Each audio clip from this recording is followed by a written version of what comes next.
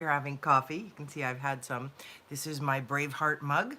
This I got in Indiana after, well, actually in Kentucky, after a retreat with my amazing, strong cousin Mary. And she was absolutely the embodiment of Braveheart.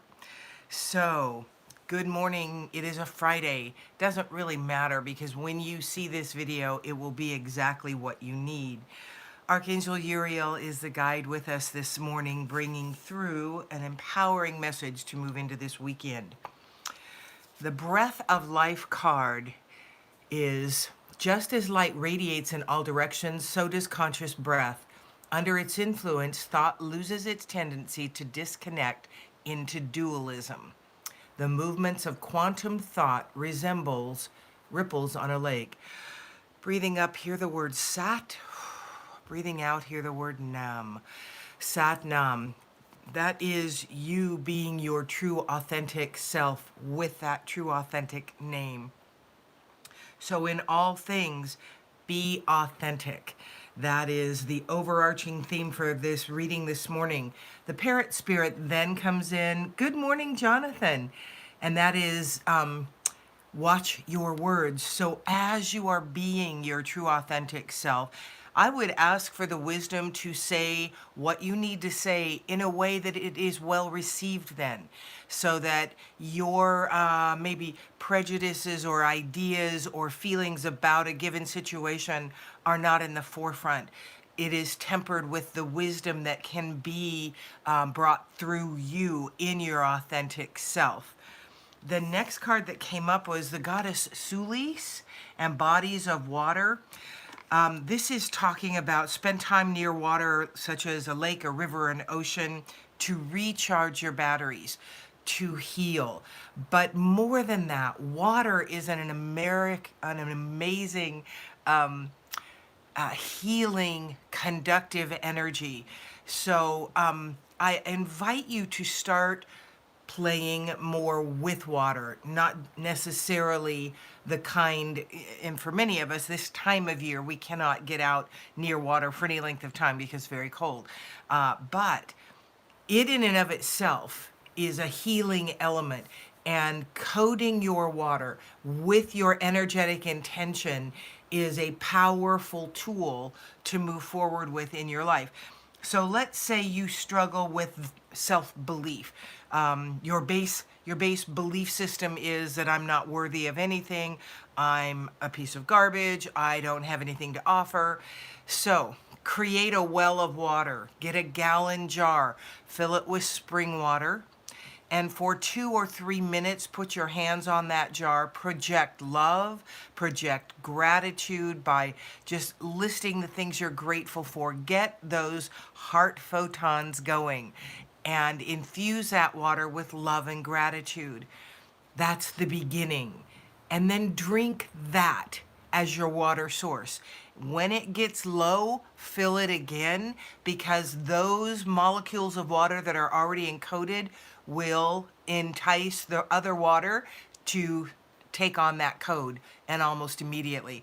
The one thing I wanted to tell you was when you first encode it with love and gratitude, then let it sit for 6 hours before you drink it. Once you do that, you do not need to wait 6 hours after you refill it, but there needs to be water left every time you refill it. Water is healing. It is regenerative. For me, I'm a water baby. I would be near water all the time, every day, if I could. And so I absolutely identify with this. But if you are not a water baby, if water is not your thing, then I invite you to encode some water so that that goes within you every time you drink it, that intention. Once you've encoded it with love and gratitude, then there are some other codes you can give it, whatever it is you need. A love of self. There are numeric codes available for that, but your intention, the power of your intention is very effective for encoding that water, for that attitude, that energy you want to be living in. The next card is this beautiful little otter, the Otter Spirit. You are never alone. In this world, you are never alone. You've got guides, angels, companions that walk with you regularly, your ancestors as well. If you are having a hard time connecting with people here, I would send that prayer up. Make me, I'm open, I'm willing, I'm ready. Guide me to a place, guide me to a person who can help me move forward with the connection to someone else. Because for many of us, we feel very, very alone in the world. I taught a community ed class last night about your spiritual energetic aspect. And afterwards, this young gal came up to me, and just a very beautiful young woman. And in our ensuing conversation, she told me she had lived in 41 different places. She had been in foster care. And we were talking about the feeling of love, and she just kind of shook her head. She really didn't know what that was. My heart ached for her, but she definitely defied the odds, because the odds were that she would end up being a drug addict, under the bridge, homeless, whatever, and she chose differently. But my heart went out to her, because I know I could feel her loneliness, I could feel her aloneness, I could also feel the walls that she had put up to protect herself. And so when you're feeling alone, it is because you have put up blocks. And for many of you, that is a great protection, and it makes you feel very safe, and you do not want to let them go. I would be open, willing, and ready to receive the insights as to the person you could let those blocks down with.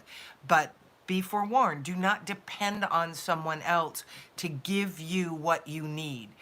Your guides, your angels, your companions, a creator can begin to show you how you can create the energy within yourself. Because when you're bringing something to a relationship, it is more balanced. When you come in totally need-based, it becomes very imbalanced. You want to be able to have a give and take in all relationships.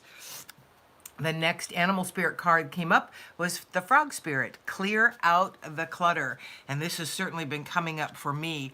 Clutter in your physical surrounding, clutter within yourself needs to be cleared on occasion, because it becomes a block to receiving what we want, need, and are asking for in our life.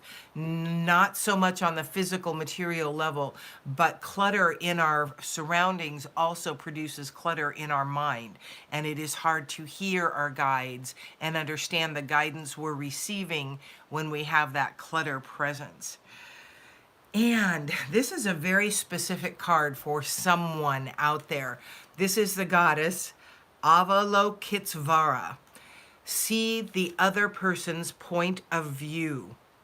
If you are struggling with someone and you're at an impasse, ask, be open, willing, and ready to receive insights about the situation, because in every difficult situation there is something for you. You brought it to you, you attracted it for your learning and growth. Ask what it is true that is here for you. Ask how to move on with the greatest wisdom and for the highest and best of both of you, for both of you. So it's a very directive card for those who may be struggling in relationships. Own your participation in it. Ask to be given the point of view of that other, so you can maybe let go of some of the rigidity you're holding in that situation.